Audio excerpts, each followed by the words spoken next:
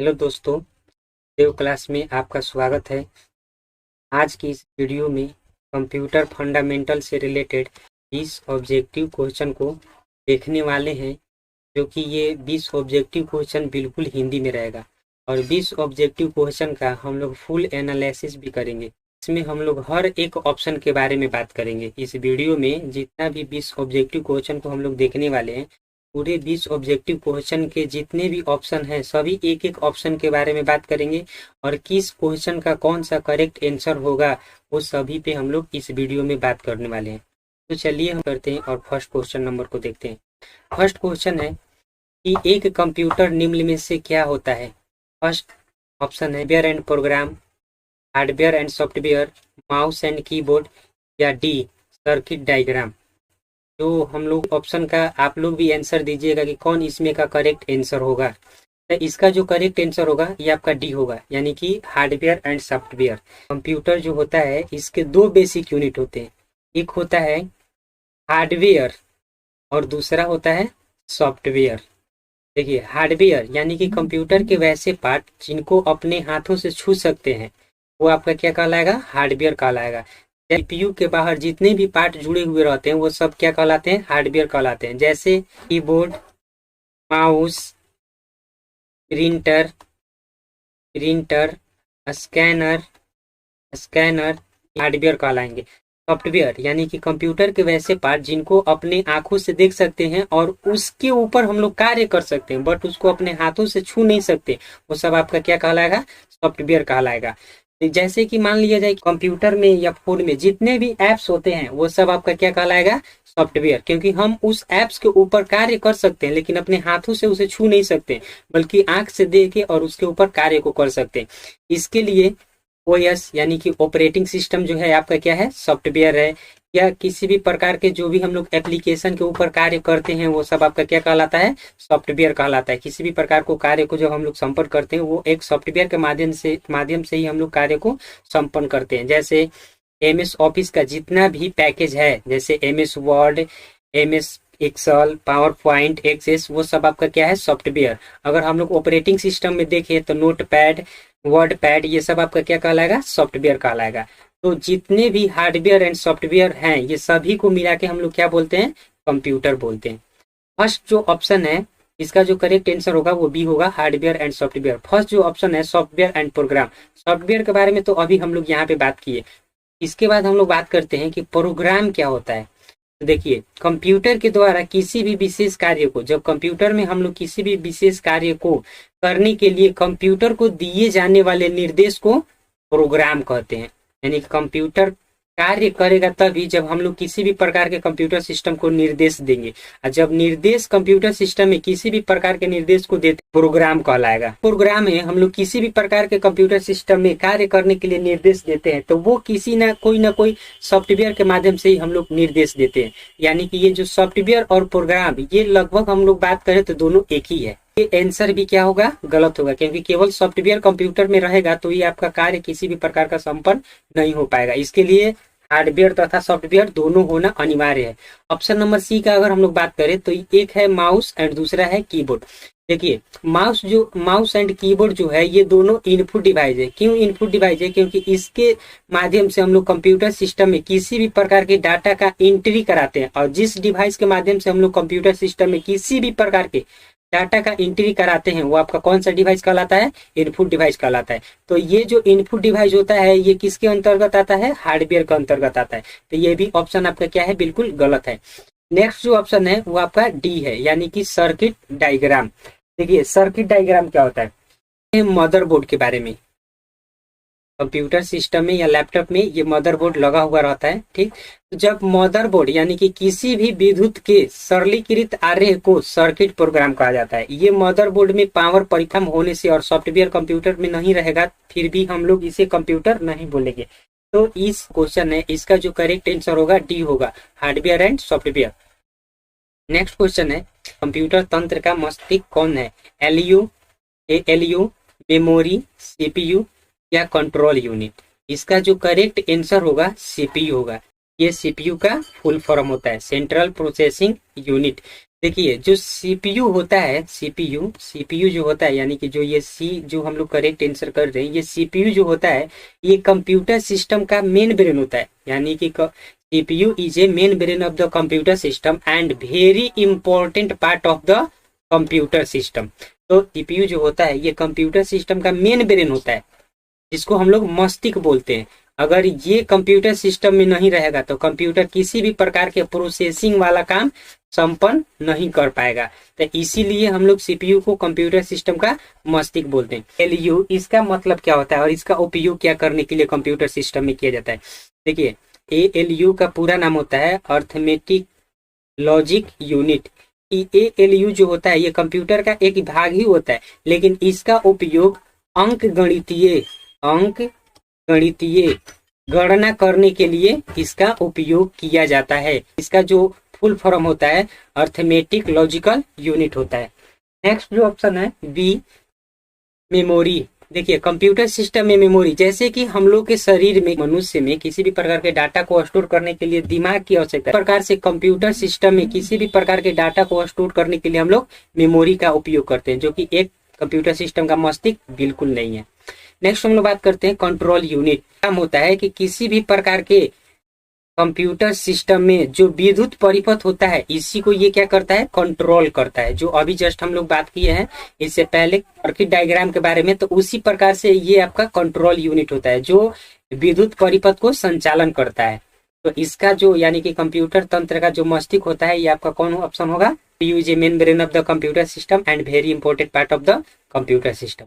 Next question है व्यक्तिगत तौर पर किस कंप्यूटर का उपयोग किया जाता है, micro computer, super computer, main frame computer या मिनी कंप्यूटर।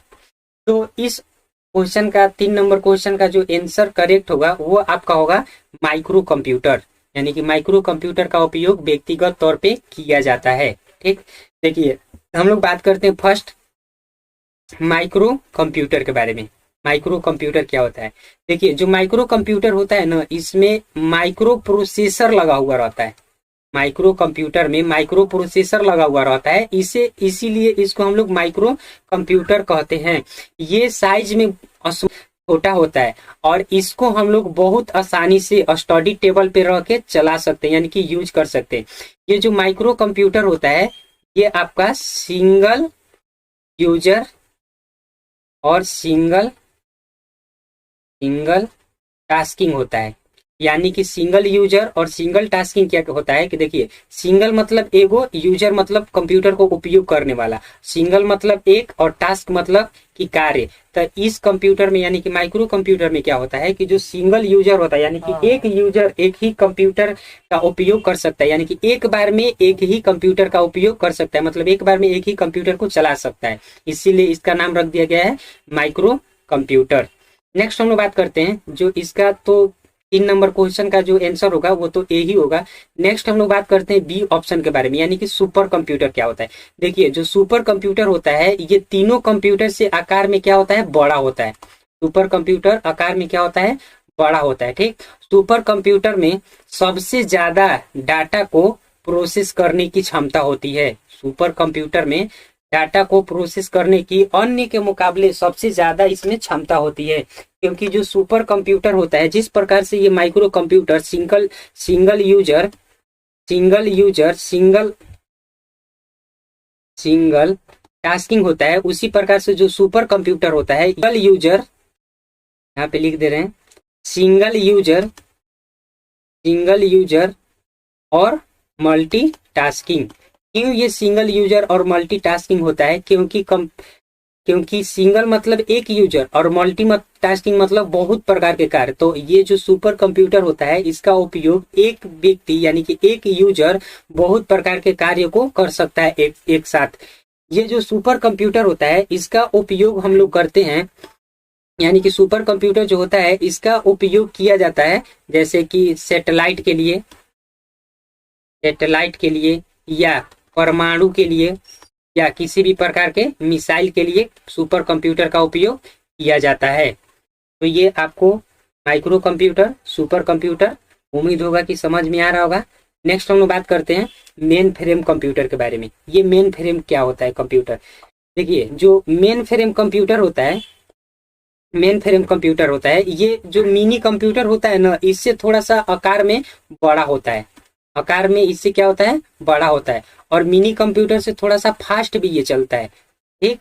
और इसका उपयोग रेलवे में, रेलवे यानी कि आरक्षण में, या किसी भी प्रकार के सरकारी विभागों में इसका उपयोग किया जाता है, मेन फ्रेम कंप्यूटर का।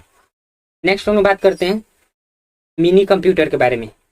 देखिए मिनी कंप्यूटर जो होता है, इसमें जो कार्य करने की क्षमता होता है, यानी कि डाटा स्टोर करने की क्षमता होता है, वो मिनी कंप्यूटर में सभी कंप्यूटर के अपेक्षा अधिक होता है। इसमें मतलब कि, क्योंकि इसमें एक और बात कि मेन फ्रेम कंप्यूटर में ना सीपीयू लगा हुआ रहता है।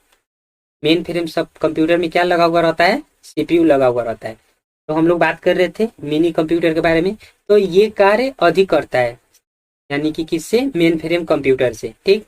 इसका भी उपयोग हम लोग करते हैं रेलवे में, रेलवे आरक्षण में, या बैंकिंग में इसका उपयोग किया जाता है। ये जो मिनी कंप्यूटर होता है इसका रेलवे या बैंकिंग में उपयोग किया जाता है। तो इस प्रकार से इस ऑप्शन का, यानी कि जो थर्ड नंबर क्वेश्चन है, इसका जो करेक्ट आंसर होगा माइक्रो कंप्यूटर होगा। हमको उम्मीद होगा कि ए, बी और सी, डी सभी ऑप्शन के बारे में आप लोगों को पता चल रहा होगा कि कौन सा कंप्यूटर कहाँ पे उपयोग किया जाता है और क्यों इसको माइक्रो, सुपर, मेन फ्रेम या मिनी कंप्यूटर कहा जाता है। नेक्स्ट क्वेश्चन है, नेक्स्ट क्वेश्चन है कंप्यूटर प्रोसेस का मूल लक्ष्य है डाटा को क्या चीज में परिवर्तन करना, फाइल में, टेबल्स में, इंफॉर्मेशन में या ग्राफ में। तो इसका जो करेक्ट आंसर होगा 4 नंबर क्वेश्चन का, वो आपका होगा सी, यानी कि इंफॉर्मेशन में। देखिए कंप्यूटर प्रोसेस का, देखिए कंप्यूटर जो होता है, कंप्यूटर जो होता है ये किस प्रकार से कार्य करता है। तो जब हम लोग कंप्यूटर सिस्टम में किसी भी प्रकार के डाटा का इनपुट कराते हैं, जब हम लोग कंप्यूटर सिस्टम में किसी भी प्रकार के डाटा का क्या कराते हैं, इनपुट कराते हैं, तो कंप्यूटर का काम क्या होता है, प्रोसेस करना, यानी कि प्रोसेसिंग करना इसका काम होता है, जो यहाँ पे पूछ रहा है, ठीक। तो कंप्यूटर का काम क्या होता है, प्रोसेसिंग करना, और प्रोसेसिंग करने के बाद हम लोगों को आउटपुट के रूप में देता है, ठीक। तो यानी कि कंप्यूटर प्रोसेस का मूल लक्ष्य क्या होता है कि डाटा, इनपुट कराए गए डाटा को प्रोसेसिंग करना, और प्रोसेसिंग करने के बाद हमें क्या करना, आउटपुट के रूप में देना। तो ये जो आउटपुट होता है एक हम लोग को किस रूप में होता है, तो इंफॉर्मेशन के रूप में होता है। इसीलिए इसका जो करेक्ट आंसर होगा सी करेक्ट आंसर होगा, ठीक। अब हम लोग बात करते हैं कि इंफॉर्मेशन होता है क्या। देखिए कंप्यूटर जो होता है, कंप्यूटर एक ऐसा इलेक्ट्रॉनिक डिवाइस होता है जो डाटा को प्रोसेस करके इंफॉर्मेशन में देता है, जो अभी हम कंप्यूटर के बारे में बात किए। इसीलिए ये जो कंप्यूटर होता है ये प्रोसेस करने के बाद क्या चीज में डाटा को देता है, इंफॉर्मेशन के रूप में देता है, ठीक। देखिए अब हम लोग बात करते हैं कि ये फाइल्स क्या होता है। देखिए किसी भी डाटा जिसका यूजर मतलब कि जितना भी हम लोग के पास इंफॉर्मेशन होता है या किसी भी प्रकार का कोई डाटा होता है, जिस फाइल में हम लोग स्टोर करके रखते हैं, स्टोर करके जहां पे हम लोग रखते हैं वो आपका क्या कहलाता है, फाइल कहलाता है। यानी कि फाइल में हम लोग किसी भी प्रकार के ऑडियो, वीडियो या कुछ किसी भी प्रकार के डॉक्यूमेंट्स को स्टोर करके रख सकते हैं। लेकिन ये कंप्यूटर सिस्टम प्रोसेस करने के बाद किसी भी प्रकार के फाइल में डाटा को स्टोर करने के लिए नहीं देता है, बल्कि ये हम लोग खुद से फाइल में डाटा को स्टोर करके रखते हैं। टेबल्स यानी कि किसी भी प्रकार के रो, यानी कि टेबल एक डाटा स्ट्रक्चर होता है जिसमें हम लोग किसी भी प्रकार के डाटा को रो तथा कॉलम में एडजस्टमेंट करके रख सकते हैं। नेक्स्ट हम लोग बात करते हैं फाइल के बारे में। तो हम आप लोग को बता ही दिए कि फाइल डाटा के मतलब कि डाटा का एक कलेक्शन होता है जो किसी भी प्रकार के यूनिट को स्टोर करके रखता है। नेक्स्ट हम लोग बात करते हैं ग्राफ। देखिए ग्राफ क्या होता है, यह एक वर्टेक्स का समूह होता है, यानी कि ये एक क्या होता है, वर्टेक्स का समूह होता है ग्राफ। तो इस प्रकार से ये 4 नंबर क्वेश्चन का जो आंसर होगा ये आपका सी होगा, इंफॉर्मेशन इसका करेक्ट आंसर होगा। उम्मीद होगा कि आपको 4 नंबर क्वेश्चन का भी आंसर समझ में आ रहा होगा। फाइल क्या होता है, टेबल्स क्या होता है, इंफॉर्मेशन क्या होता है तथा ग्राफ क्या होता है। नेक्स्ट क्वेश्चन की ओर हम लोग बढ़ते हैं। नेक्स्ट क्वेश्चन है क्वेश्चन नंबर 5। कंप्यूटर की प्रथम पीढ़ी 1956 से 1965, 1942 से 1956, 1942 से 1950, 1950 से 1965। 5 नंबर क्वेश्चन का जो करेक्ट आंसर होगा वो बी होगा, 1942 से 1956। देखिए, जो कंप्यूटर का जनरेशन होता है ये 5th जनरेशन तक इसको बांटा गया है। अगर हम लोग बात करते हैं फर्स्ट जनरेशन के बारे में, तो इसका जो ईस्वी चला 1942 ईस्वी से लेके 1956 ईस्वी तक चला। ये फर्स्ट जनरेशन के कंप्यूटर में वैक्यूम ट्यूब का उपयोग किया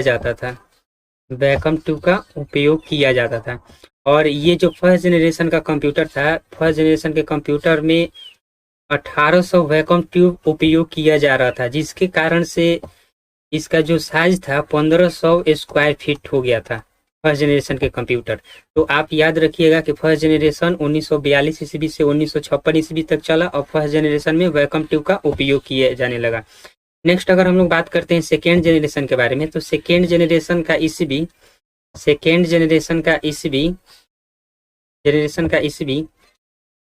1956 ईस्वी से 1963 ईस्वी तक चला। सेकेंड जनरेशन में क्या किया गया कि जो पहले फर्स्ट जनरेशन में जो वैक्यूम ट्यूब लगाया गया था उसको वैक्यूम ट्यूब को हटा दिया गया और उसमें ट्रांजिस्टर का उपयोग किया गया, ट्रांजिस्टर का उपयोग किए जाने लगा, जिसके कारण से इसका फर्स्ट जनरेशन के अनुसार सेकेंड जनरेशन में कंप्यूटर का साइज थोड़ा सा छोटा हो गया।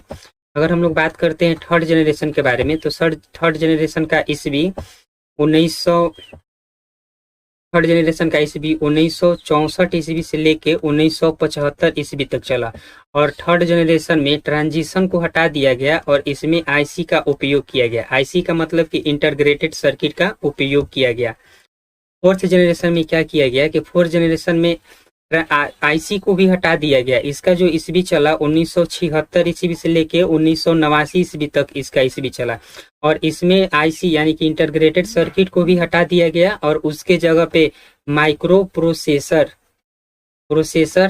का उपयोग किया गया। नेक्स्ट हम लोग बात करते हैं अगर फिफ्थ जनरेशन के बारे में, तो फिफ्थ जनरेशन चला 1989 से टिल नाउ यानी कि अब तक,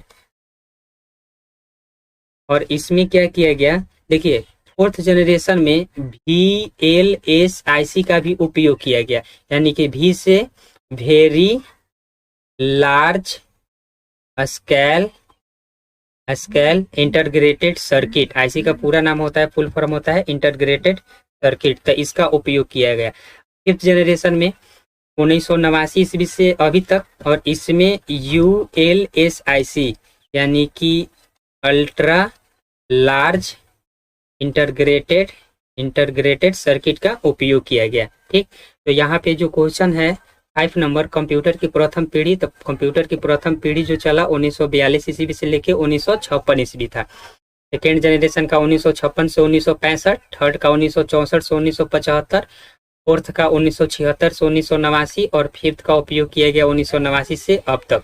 फर्स्ट जनरेशन में वैक्यूम ट्यूब का उपयोग किया गया, सेकेंड जनरेशन में ट्रांजिस्टर का, थर्ड जनरेशन में आईसी का उपयोग किया गया, फोर्थ जनरेशन में माइक्रो प्रोसेसर का, और फिफ्थ जनरेशन में अल्ट्रा लार्ज स्केल इंटीग्रेटेड।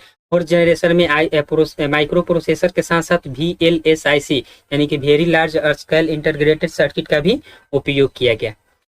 तो नेक्स्ट क्वेश्चन देखते हैं। नेक्स्ट क्वेश्चन है कि कंप्यूटर में AC करंट को DC करंट में बदलने का कार्य कौन करता है, इन्वर्टर या UPS या SMPS या उपयुक्त में से कोई नहीं। देखिए इस ऑप्शन का जो करेक्ट आंसर होगा वो आपका होगा C, पावर सप्लायर यानी कि SMPS। देखिए SMPS का जो फुल फॉर्म होता है वो होता है स्विचिंग मोड पावर सप्लायर। इसका काम होता है कि जब हम लोग किसी भी प्रकार के AC को कंप्यूटर सिस्टम से कनेक्ट करते हैं तो इसका काम होता है इसको DC में बदलना, जो कि मदरबोर्ड के लिए होता है। तो ये कंप्यूटर में AC करंट को DC करंट में बदलने का कार्य कौन करता है, तो SMPS करता है। इसके अलावा जो फर्स्ट ऑप्शन है ये है इन्वर्टर। देखिए इन्वर्टर जो होता है ये DC को AC में बदलने का कार्य करता है, तो ये तो आंसर आपका बिल्कुल गलत होगा। ये जो यूपीएस जो होता है इसका फुल फॉर्म होता है, यूपीएस का बात करें तो ये क्या होता है ना कि ये भी डीसी को एसी में बदलता है, यानी कि ये एक पावर यानी कि बैटरी का बैकअप होता है जो कंप्यूटर को पावर जाने के बाद कुछ समय तक चलाने का काम करता है। तो इसका भी काम होता है डीसी से एसी में बदलना, क्योंकि इसके अंदर एक बैटरी लगा हुआ रहता है। यूपीएस का जो फुल फॉर्म होता है वो होता है अन इंटरप्टेबल पावर, नहीं पावर नहीं होता है इसका, सप्लाई अन इंटरप्टेबल पावर सप्लायर, इसका जो फुल फॉर्म होता है। तो इस प्रकार से कंप्यूटर में एसी करंट को डीसी में बदलने का जो काम करता है वो आपका एसएमपीएस करता है। नेक्स्ट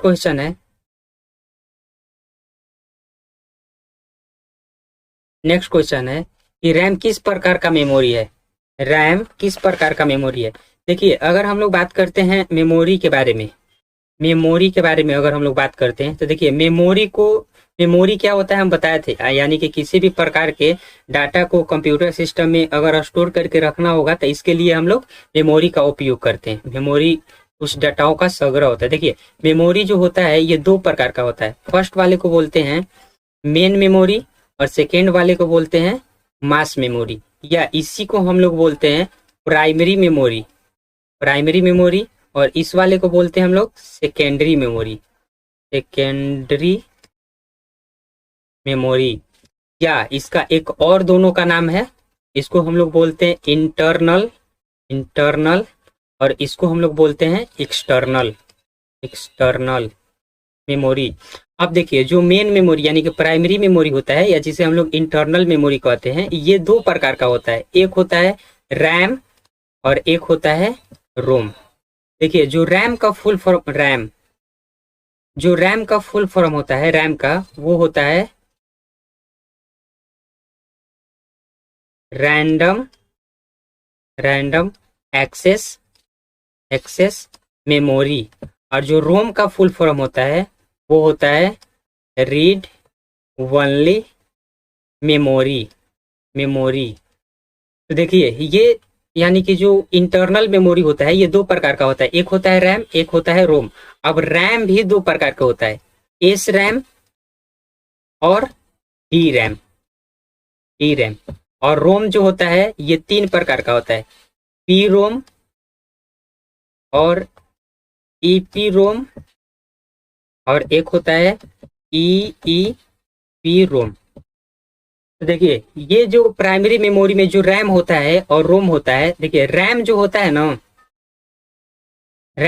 है वो अस्थाई मेमोरी होता है, अस्थाई मेमोरी होता है। रैम जो होता है अस्थाई मेमोरी होता है। क्यों वे अस्थाई मेमोरी होता है? देखिए जब कंप्यूटर सिस्टम में किसी भी प्रकार के कार्य को करते हैं, जब तक हम उस डॉक्यूमेंट्स को सेव नहीं कर किए रहेंगे कंप्यूटर सिस्टम में, तब तक ये आपका जो डाटा रहेगा, जो कार्य हम लोग करेंगे वो रैम के ऊपर करते हैं। क्योंकि अगर किसी भी प्रकार से या किसी भी हम लोग के गलती के माध्यम से कंप्यूटर सिस्टम अगर आपका बंद हो जाता है तो पूरा का पूरा डाटा आपका डिलीट हो जाएगा। इसीलिए इसको हम लोग बोलते हैं कि रैम के ऊपर जितना भी हम लोग कार्य को करते हैं ये आपका अस्थायी रूप से कार्य होता है, अस्थायी रूप से।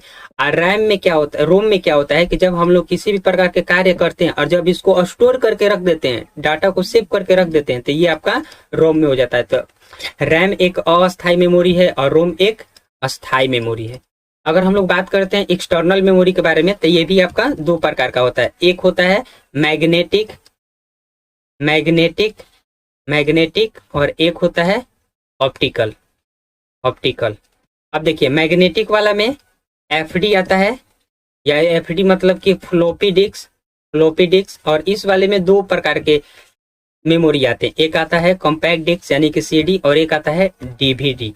अब देखिए सीडी का जो स्टोरेज होता है ना ये 700 MB होता है और एफडी का जो स्टोरेज होता है 1.44 होता है। तो इस प्रकार से ये जो 7 नंबर क्वेश्चन था इसका जो करेक्ट आंसर होगा बी होगा, यानी कि रैम कौन सा मेमोरी है? तो अस्थायी मेमोरी है। आप लोग जरूर बताइएगा कि ये वीडियो आप लोगों को कैसा लग रहा है, ऑब्जेक्टिव क्वेश्चन जो हम लोग कर रहे हैं। नेक्स्ट क्वेश्चन है, कंप्यूटर में अस्थायी मेमोरी के लिए किन वस्तुओं का उपयोग किया जाता है? यानी कि अस्थायी मेमोरी के लिए किस वस्तुओं का उपयोग किया जाता है? देखिए इसका जो करेक्ट आंसर होगा ये आपका होगा टैप चुंबकीय, हार्ड डिस्क और ऑप्टिकल डिस्क, यानी कि इसका जो करेक्ट आंसर होगा डी होगा। देखिए टेप चुंबकीय क्या है, जो पहले हम लोग जो टेप का उपयोग करते थे ना, जिसमें रील लगा होता था, जिसमें कैसेट होता था, ये वही मेमोरी है जो कि बिल्कुल एक अस्थायी रूप से मेमोरी होता है। जो पहले हम लोग टेप का उपयोग करते थे जिसमें रील लगा होता था, वही ये मेमोरी है जिसको हम लोग टैप चुंबकीय मेमोरी बोलते हैं। ठीक, इसके बाद अगर हम लोग बात करते हैं हार्ड डिस्क के बारे में, तो हार्ड डिस्क क्या होता है ना कि ये एक ऐसा मेमोरी डिवाइस होता है जो बड़ी मात्रा में डाटा को स्टोर करके रखता है, यानी कि इसमें बहुत प्रकार के डाटा को स्टोर करके रख सकते हैं। और ऑप्टिकल डिस्क क्या होता है, ये एक प्रकार का सेकेंडरी, अभी जस्ट इससे पहले वाले क्वेश्चन में हम आप लोगों को बताए हैं कि ये सेकेंडरी मेमोरी होता है, यानी कि सेकेंडरी प्रकार के डाटा को ये स्टोर करके रखता है। जो कि इसमें डाटा अगर हम लोग किसी भी प्रकार के डाटा को स्टोर करेंगे तो ये डाटा आपका परमानेंटली हो जाता है। तो इस प्रकार से इसका जो करेक्ट आंसर होगा ये डी होगा, इनमें से सभी। नेक्स्ट क्वेश्चन है कि सॉफ्टवेयर को भी कहते हैं। देखिए इससे पहले जो हम लोग एक नंबर क्वेश्चन किए थे जिसमें हम आप लोग को बताए थे कि कंप्यूटर निम्न में से क्या है, तो इसमें हम लोग देखे थे कि कंप्यूटर निम्न में से हार्डवेयर तथा सॉफ्टवेयर है। तो देखिए ये जो फर्स्ट नंबर का जो हम लोग क्वेश्चन किए थे, फर्स्ट नंबर के क्वेश्चन वाले में हम लोग देखे हुए थे वहीं पे प्रोग्राम हम लोग देखे हुए थे कि कंप्यूटर के द्वारा किसी भी विशेष कार्य को करवाने के लिए कंप्यूटर को दिए जाने वाले निर्देश को क्या कहते हैं, हम लोग प्रोग्राम बोलते हैं। ठीक, तो यहाँ पे तो हम लोग प्रोग्राम देखे। तो देखिए सॉफ्टवेयर भी एक प्रकार का प्रोग्राम है। तो यहाँ पे अगर हम लोग बात करते हैं कि सॉफ्टवेयर को भी कहते हैं, तो वहीं पे हम आप लोगों को बताए थे कि सॉफ्टवेयर को भी क्या कहते हैं, तो प्रोग्राम कहते हैं। क्योंकि वहां पे बताया था कि कंप्यूटर किस प्रकार से काम करता है, तो देखिए कंप्यूटर में हम किसी भी प्रकार के डाटा का पहले इनपुट कराते हैं, तब कंप्यूटर का काम होता है उस डाटा को प्रोसेसिंग करना, और प्रोसेसिंग करने के बाद तब हमें आउटपुट के रूप में प्रदान करता है। तो इस प्रकार से कंप्यूटर कार्य करता है। तो ये किसी भी प्रकार के, जब हम लोग कंप्यूटर सिस्टम को किसी भी प्रकार के कार्य को करने के लिए जो निर्देश देते हैं वही आपका क्या कहलाता है, प्रोग्राम कहलाता है।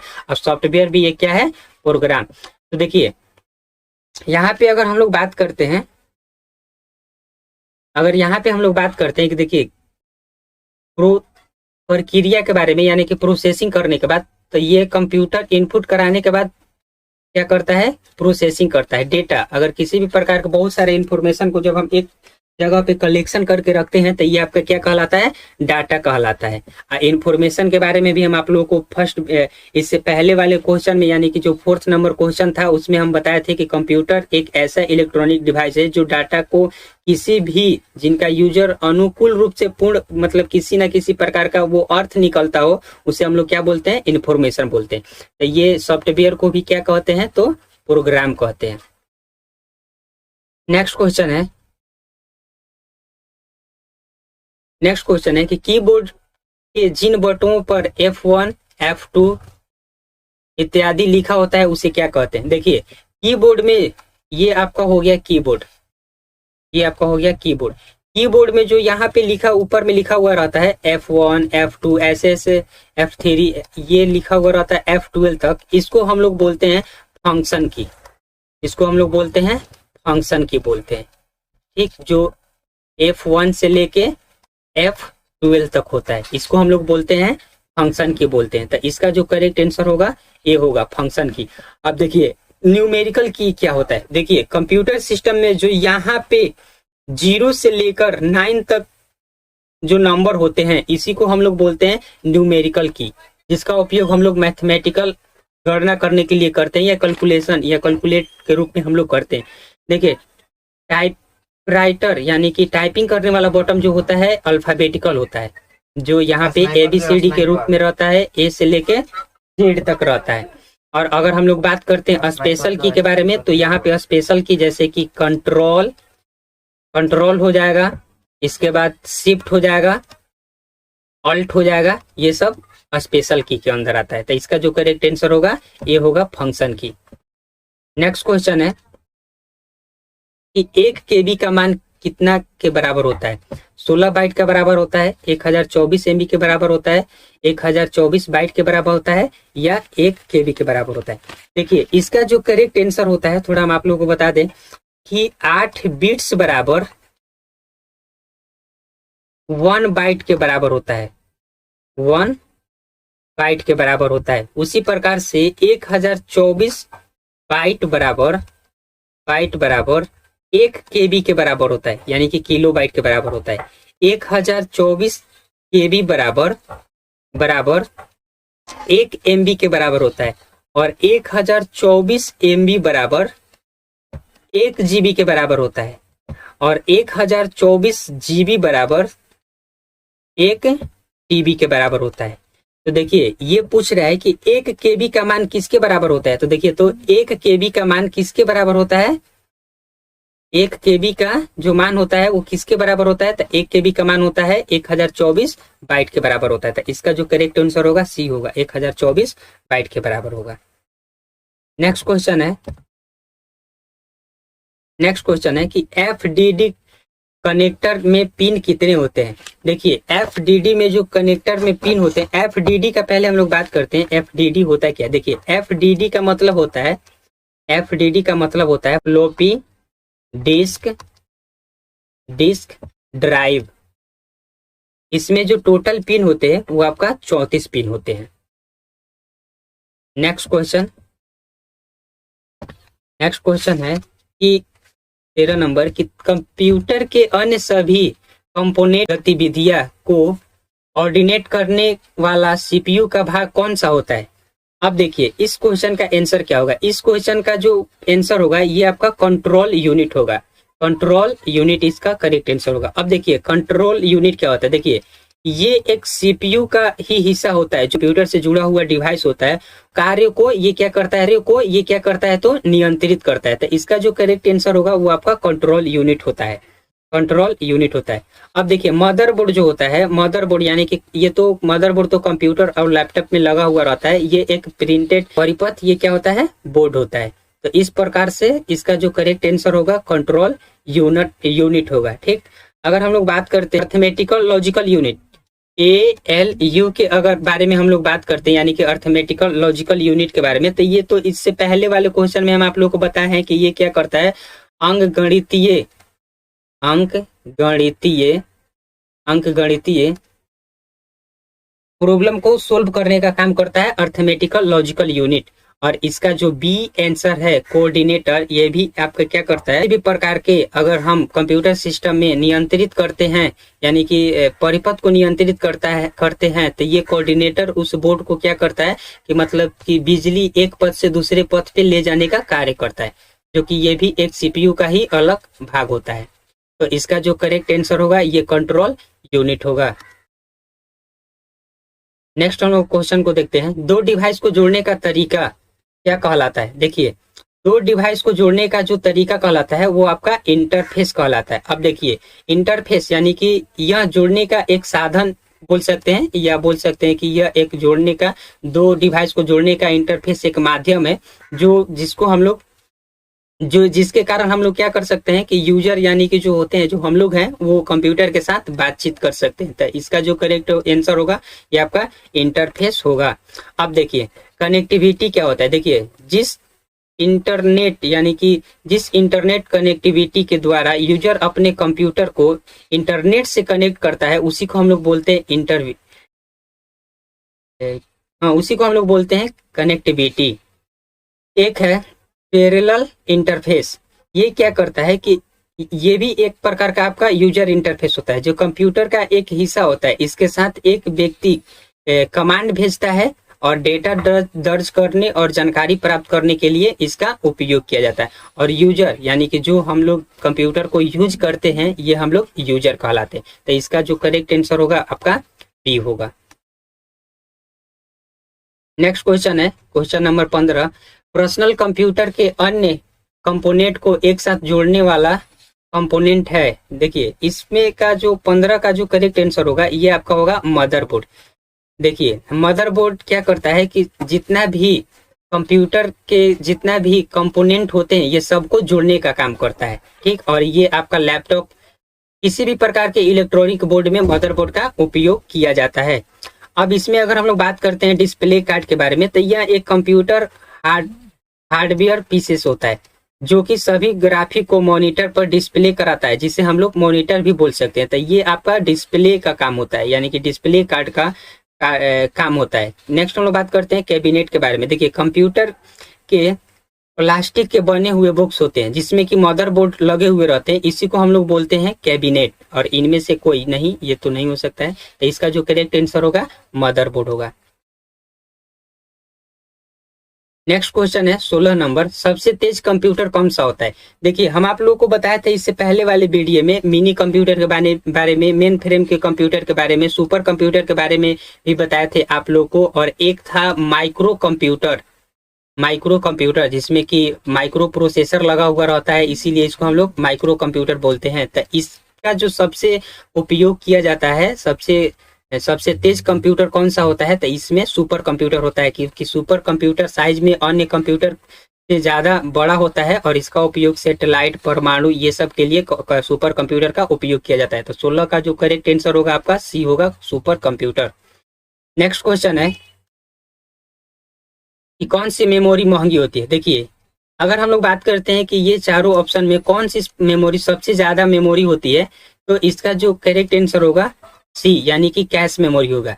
देखिए, कैश मेमोरी क्या होता है कि यह एक कंप्यूटर मेमोरी है जो हाई स्पीड सेमीकंडक्टर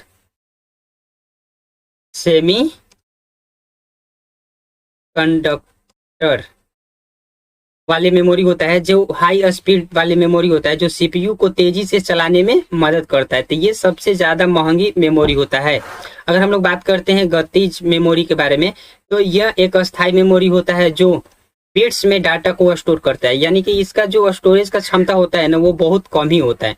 और जो एक है गतिज मेमोरी, ये जिसमें कम डाटा, इसमें भी हम लोग कम डाटा को स्टोरेज कर सकते हैं, इसीलिए थोड़ा स्लो और सस्ता मेमोरी होता है। लेकिन सबसे जो महंगा मेमोरी होता है वो कैश मेमोरी होता है। तो इसका जो करेक्ट आंसर होगा वो आपका सी होगा। नेक्स्ट क्वेश्चन होगा कि देखिए, जो 8 बिट्स का समूह है वो क्या कहलाएगा। देखिए, इससे पहले वाले वीडियो में हम आप लोगों को बताए हैं कि इससे, यानी कि जो 8 बिट्स बराबर 1 बाइट के बराबर होता है। तो इसका भी जो करेक्ट आंसर होगा वो आपका बी होगा, यानी कि 8 बिट्स का समूह को हम लोग क्या कहते हैं, तो उसको हम लोग बाइट बोलते हैं। इसका जो करेक्ट आंसर होगा वो आपका बी होगा, बाइट। नेक्स्ट क्वेश्चन है 19 नंबर क्वेश्चन है कि गणना करने वाला सबसे पुराना उपकरण कौन सा है, यानी कि गणना करने के लिए abacus, analytical engine, difference engine, या इनमें से कोई नहीं। देखिए, इस क्वेश्चन को करने के लिए थोड़ा सा कंप्यूटर के हिस्ट्री को हम लोग को समझना पड़ेगा कि कंप्यूटर का हिस्ट्री किस प्रकार से रहा। देखिए, इसका जो करेक्ट आंसर होगा ये आपका ए होगा, यानी कि अबाकस। देखिए, अगर हम लोग कंप्यूटर के इतिहास के बारे में बात करते हैं तो कंप्यूटर का इतिहास लगभग 3000 वर्ष पुराना है, जब चीन में कैलकुलेशन के रूप में एक अबाकस के द्वारा मशीन का आविष्कार किया गया, जिसको हम लोग बोलते हैं मैकेनिकल डिवाइस। ये अबाकस के द्वारा आविष्कार किया गया। उस समय में जापान, चीन सहित एशिया के अनेक देशों में जोड़ने के लिए, हटाने के लिए तथा भाग देने के लिए, गुणा करने के लिए, ये सब कैलकुलेशन करने अबाकस के द्वारा बनाया गया इस मैकेनिकल डिवाइस का उपयोग किया जा रहा था। इसके बाद चार्ल्स बेबेज तथा ब्लेज पास्कल के द्वारा जो मशीन बनाई गई थी उसमें एरर आ रहा था। एरर क्यों आ रहा था? क्योंकि ये अबाकस और ब्लेज पास्कल के द्वारा जो पहले के बनाई गई डिवाइसेस क्या था, हैंडसेट था। हैंडसेट मतलब कि हाथ से निर्मित किया हुआ डिवाइसेस था, जिसमें बहुत प्रकार के एरर यानी कि त्रुटि यानी कि गलतियां आती थी। इसके वजह से चार्ल्स बेबेज क्या किए कि 19वीं सदी में एक मशीन का आविष्कार किए। जब पहले की बनाई गई सारणियों में एरर आती थी, क्योंकि ये क्या होता था, हैंडसेट होती थी। तब 1822 ईस्वी में चार्ल्स बेबेज एक मशीन का निर्माण किया। फर्स्ट टाइम तो वो डिफरेंस इंजन का आविष्कार किए, जिसमें कि गियर और सॉफ्ट लगे होते थे, जो कि बिल्कुल भाप पे चलते थे।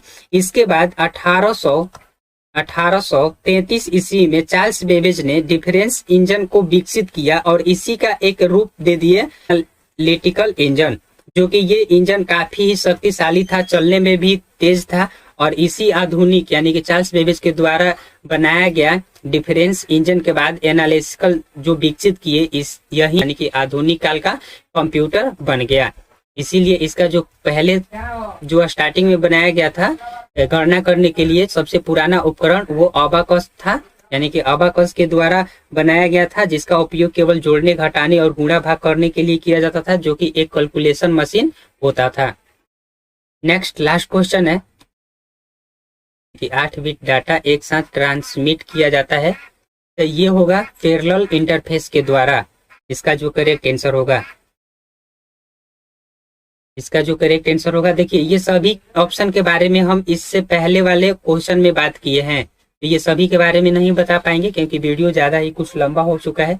तो आप लोग जरूर बताइएगा कि ये वीडियो आपको कैसा लगा और किस प्रकार से जो हम पूरा क्वेश्चन का एनालिसिस किए, यानी कि पूरा फुल व्याख्या किए। थोड़ा वीडियो लंबा हो गया है लेकिन आप लोग पूरा वीडियो को जरूर देखिएगा। Thank you for watching this my video.